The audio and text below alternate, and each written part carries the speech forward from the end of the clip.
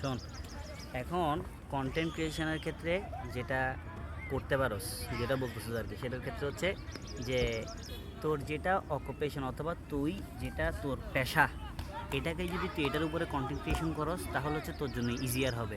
এখন দুইভাবে চিন্তা করা যায়। প্রথমত হচ্ছে যে তুই খালি কন্টেন্ট ক্রিয়েশন করবি, এই কন্টেন্ট ক্রিয়েটারে যেটা করে আর কি নর্মালি, যে কন্টেন্ট ক্রিয়েশন করবে, কোনো জায়গা থেকে ইনভিটেশন পাইলে ওখানে যাবে, ঘুরবে ফিরবে, খাবে দাবে, এটা এক ধরনের কন্টেন্ট ক্রিয়েশন।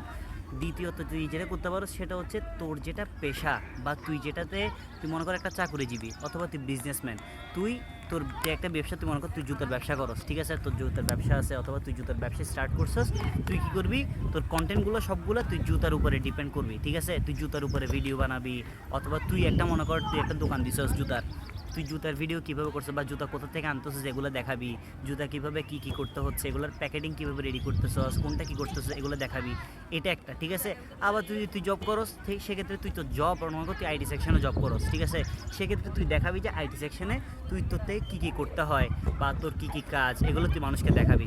তাহলে যেটা হবে সেটা হচ্ছে যে কি, মনে কর তুই মানুষদেরকে বুঝাইতে পারবি যে, অথবা তোর জন্য ইজিয়ার হবে। অর্থাৎ তুই ওইটা করার থেকে মনে কর তুই আইটি সেকশনে জব করস আর তুই ভিডিও বানাস হচ্ছে মনে কর কী বলে যে পশু পাখি নিয়ে, তাহলে তোর থেকে সারাদিন আইটি সেকশনে জব করতে হবে, আবার কন্টেন্ট ক্রিয়েশনের জন্য আলাদা একটা প্রেশার ক্রিয়েট হবে, তোর থেকে যাইরা আলাদাভাবে কন্টেন্ট ক্রিয়েশন করতে হবে, তো প্রচুর প্যার হয়ে যাবে। তো এই জন্য করা উচিত হচ্ছে যে কি, যে এবং শুধুমাত্র কন্টেন্ট ক্রিয়েশনটাকে, শুধুমাত্র কন্টেন্ট ক্রিয়েশন এটাকে পেশা হিসাবে নেওয়া খুব বেশি মানে টাফ হয়ে যায়, কারণ দুই তিন দিন যদি তোর কন্টেন্ট ভালো না আসে তুই তো চলতে পারবি না, বুঝছ নাই। এই জন্য একটা মেইন বিজনেস অথবা জব যেটাই থাকুক না কেন, ওইটাকে বেস করে ওইটার উপরে কন্টেন্ট ক্রিয়েশন করা উচিত। সেক্ষেত্রে যেটা হবে সেটা হচ্ছে তোর থেকে এক্সট্রা এফোর্ট দিতে হবে না, ঠিক আছে, এবং তোর জন্য এটা খুব ইজিয়ার হবে। তোর যে জবটা এটাই তুই মানুষকে শো করতেছো, সেক্ষেত্রে এক্সট্রা কোনো প্রফিট লাগতেছে না, উল্টা তোর থেকে আরও মানুষজন তোকে জানলো বা তুই এটা থেকে ইনকাম কর বা যেটাই কর, দুইটাই আসলো। আরেকটা হচ্ছে যে যখন তুই তোর জবের উপরে ভিডিও বানাবি বা কন্টেন্ট ক্রিয়েট করবি, জব হোক বিজনেস হোক, সেক্ষেত্রে যেটা হবে, আমরা মানুষকে সাধারণত কোনো কিছু দেখাইতে চাইলে এটাকে আর একটু ভালো করে প্রেজেন্টেশন করার চেষ্টা করি না। যেমন বাসায় মেহমান টেমান আসলে নর্মালি আমরা ভাত যেভাবে খাই দেখি থেকে নিয়ে খাই ফেলি, কিন্তু বাসায় মেহমান আসলে কী করি, বাসায় মেহমান আসলে বাসায় প্লেটে সুন্দর করি, বাড়ি সুন্দর করি, মানুষকে সার্ভ করি। একইভাবে যখন আমরা ভিডিও করি খুব সুন্দরভাবে কথা বলার চেষ্টা করি, বন্ধু বান্ধবের সাথে যেভাবে কথা বলি এভাবে কথা বলি না, তাই না।